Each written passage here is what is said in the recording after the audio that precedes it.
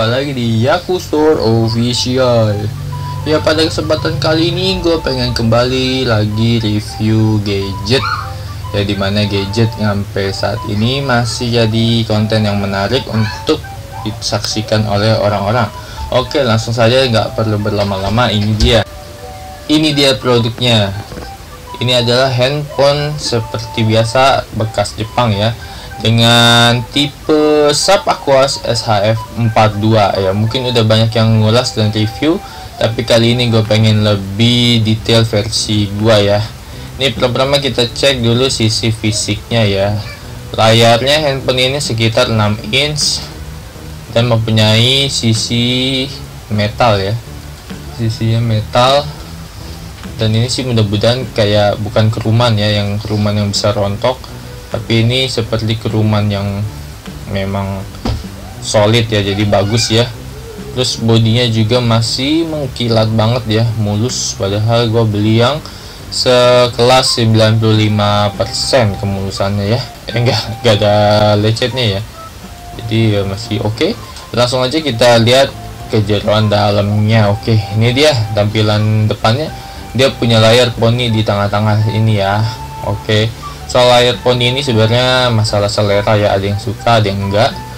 Dan di bagian bawah ini adalah fingerprintnya ya, bagian fingerprint. Menurut gue fingerprint di bawah ini cukup kurang nyaman ya, karena layar yang besar biasanya lebih enak fingerprint itu di sisi samping seperti Sony, ataupun di sisi punggung belakang ya. Karena ini kita untuk jari agak jauh ya, kita harus seperti ini, tek gitu ya, agak jauh fingerprintnya. Langsung aja kita masuk ke dalamnya. Ini udah gua coba install beberapa aplikasinya ya. Ini cukup licin ya, AMOLED ya, bagus banget, lembut, nggak lag, karena speknya juga lumayan. Langsung aja kita cek speknya lebih detail di device info. Ini dia device info, kita bisa lihat tipenya Sharp SH03K. Resolusinya 3040 1440, cukup gede ya, besar juga resolusinya, bisa dilihat. RAM-nya 4GB, internalnya 64GB. Oke, langsung aja kita lanjut ke Snapdragon-nya 845. Katanya ini Snapdragon ini lebih lancar ya, lebih mulus dan menghemat baterai. Kita cek apa bener menghemat baterai, nanti gue bakal jelaskan lebih lanjut. Ini di GPU-nya Adreno 630, jadi dia untuk grafik game gambarnya lebih jelas dan jernih ya, colorfulnya lebih mantul. Nanti bisa kita lihat lagi. Lanjut ya, ini kita lihat sistemnya ya.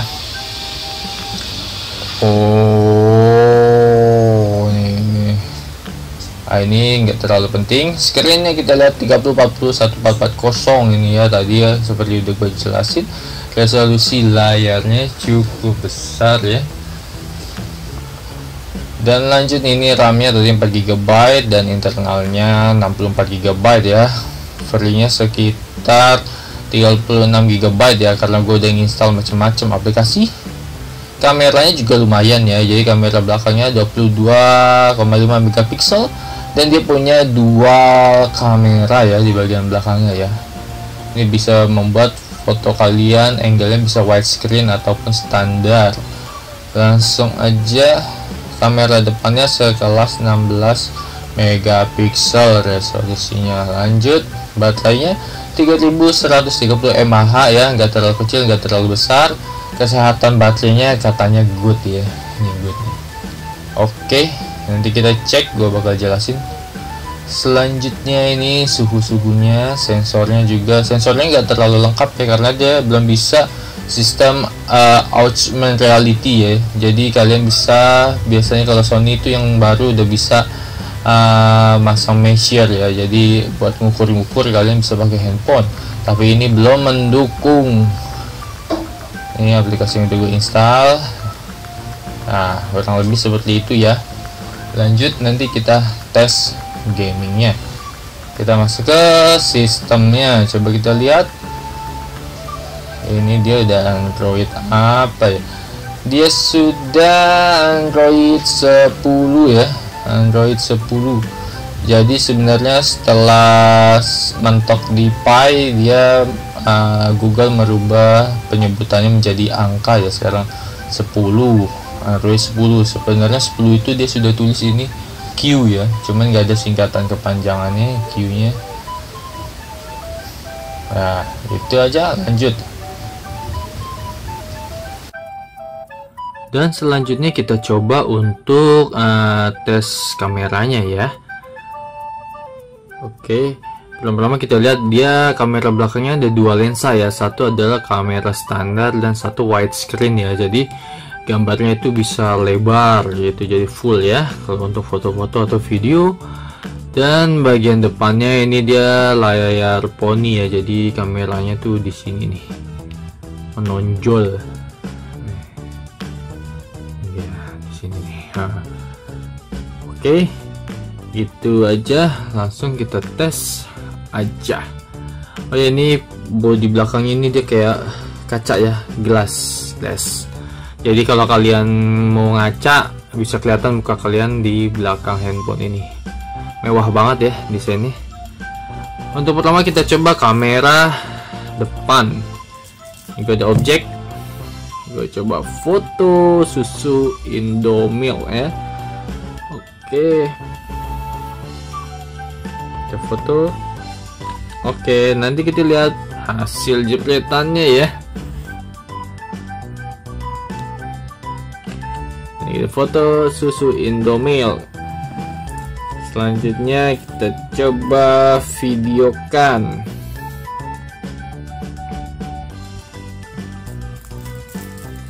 Nih, apakah hasil gambarnya bisa halus? Ya, kalau halus biasanya ya cukup bagus ya. Kalian kan apalagi zaman sekarang banyak konten-konten untuk YouTuber ya. Jadi handphone dengan kamera yang bagus tuh sangat dibutuhkan ya zaman sekarang. Oke, gitu aja. Selanjutnya kita coba kamera depannya ya. Ini dia kamera depannya. Sorry ya, ini soalnya kita ada ring lightnya ya. Untuk sekilas aja bayangannya. Selanjutnya kita coba videonya. Nah, sedikit aja gitu aja. Oh ya, ini kan kita coba di indoor ya, nanti kita coba di outdoor ya, karena pasti hasil jepretan dan videonya itu akan berbeda apabila di indoor dan di outdoor. Jadi umumnya sih kalau yang indoor yang minim cahaya pasti gambarnya biasanya kurang bagus. Kalau kita outdoor itu biasanya lebih cerah ya, jadi lebih keluar warnanya. Nanti kita bakal tes juga untuk di area luar ya. Nah, selanjutnya kita coba lihat tadi hasil kameranya ya, jepretan indoornya. Ini dia. Ini untuk videonya ya. Halus ya.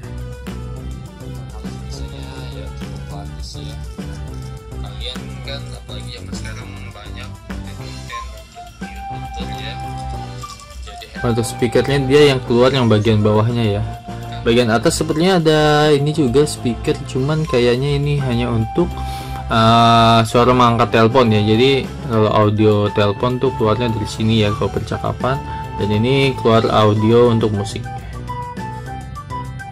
Ini kamera depannya juga ya, nggak terlalu tajam ya, tapi ya lumayan lah. Nanti kita coba outdoor ya, outdoor pasti lebih cakep lagi hasilnya.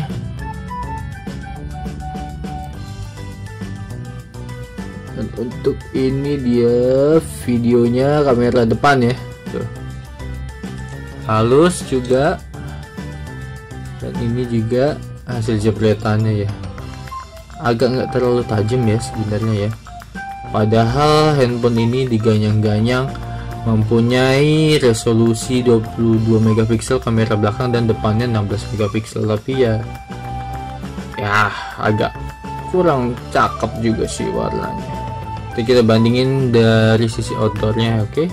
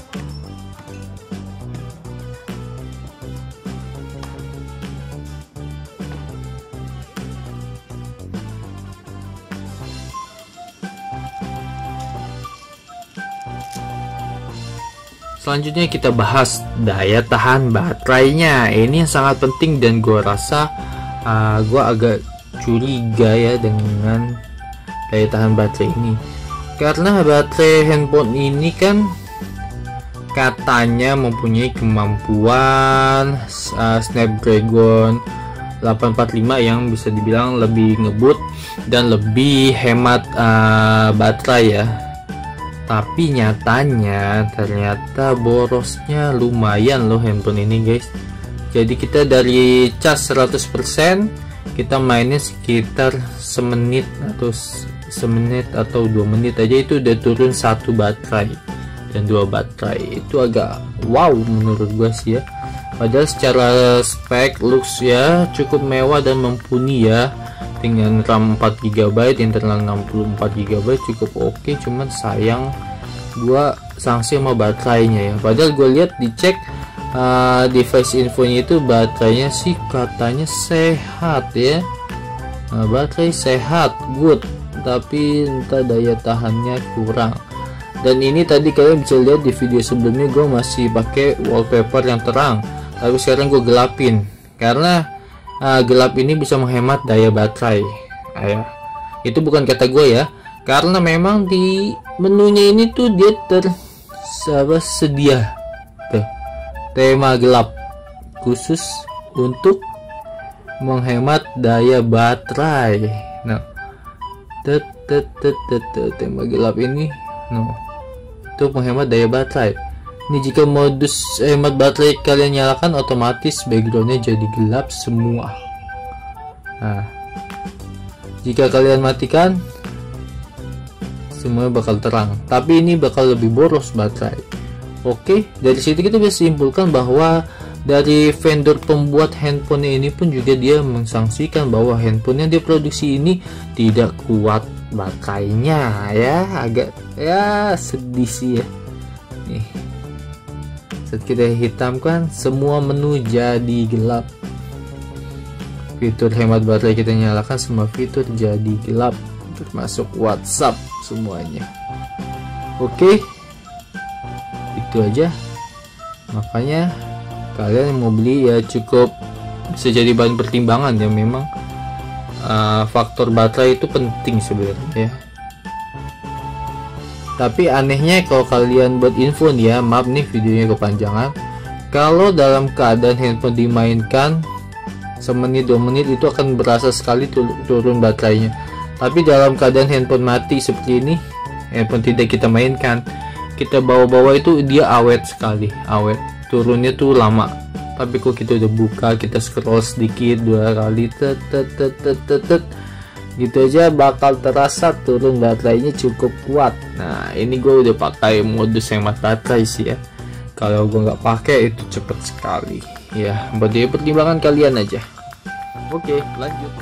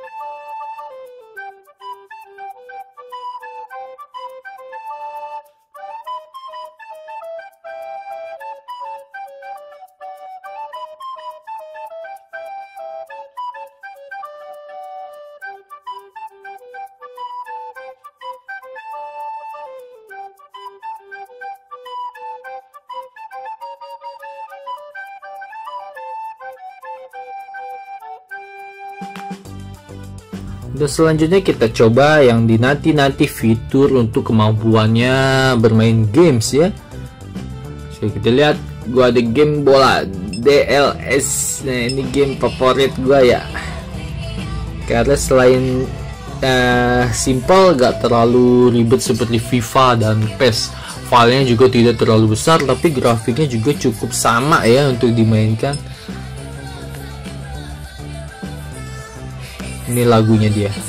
Dan meski single ya, untuk audio speakernya ini dia, tapi nggak pecah loh, cukup bulat. Dan kalau kita sentuh ini, handphone ini bergetar. Bagus lah untuk ini. Ya balik lagi, hanya baterainya gue cukup, ya sayang sekali ya kenapa baterainya seperti itu ya. Oke, kita langsung ya tes bermain game.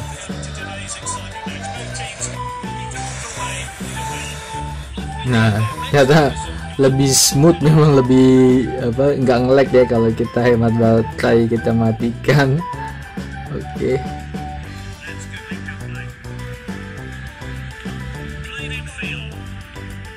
Dan ini mantepnya resolusi layarnya itu terang ya. Gue biasanya pakai Sony, waktu itu gue pernah coba Sony XZ2 ya. Dia memang pori-porinya sama rapatnya, tapi untuk keterangan gambarnya handphone ini lebih unggul ya. Jadi warna hijaunya, colornya tuh Adreno 630 nya tuh lebih bagus memang. Untuk kalian gamers masih fine lah. Cuman lagi-lagi gue bilang baterainya agak kalah dan cukup cepat hangat ya baterainya ya. Kita tes aja dulu, kita berdiri dulu ya. Nah, ya.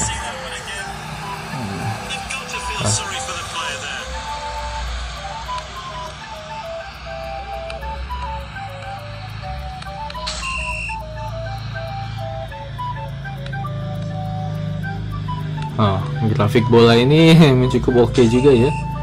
Oke, gitu aja untuk game bola. Kita lanjut ke game lain, hanya untuk ulasan sekilas. Selanjutnya kita coba game yang paling pasaran dimainkan orang ya, PUBG Mobile ya. Kita coba. Sepertinya untuk game-game kayak gini sih ya ngangkat ya. Jadi sekali lagi gue bilang handphone ini speknya mumpuni ya, cukup oke ya, mantul. Cuman baterainya ini daya tahannya cukup lemah ya, sayang sekali. Cukup oke dan do menggilap, nggak ada lecet sama sekali, mulus, mewah. Kalian bawa-bawa juga agak keren ya, bodinya juga kokoh untuk digenggam. Nah, itu saja kekurangan dia. Lanjut saya bermain.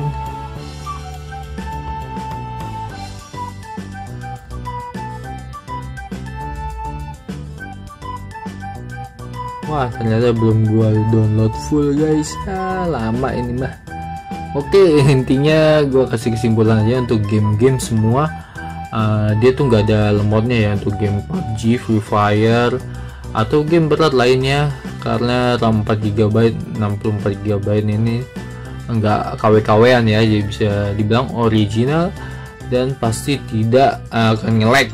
Cuman daya tahan handphone ini aja yang cukup kurang ya, makanya mungkin yang membuat nilai jual di pasarannya agak menurun.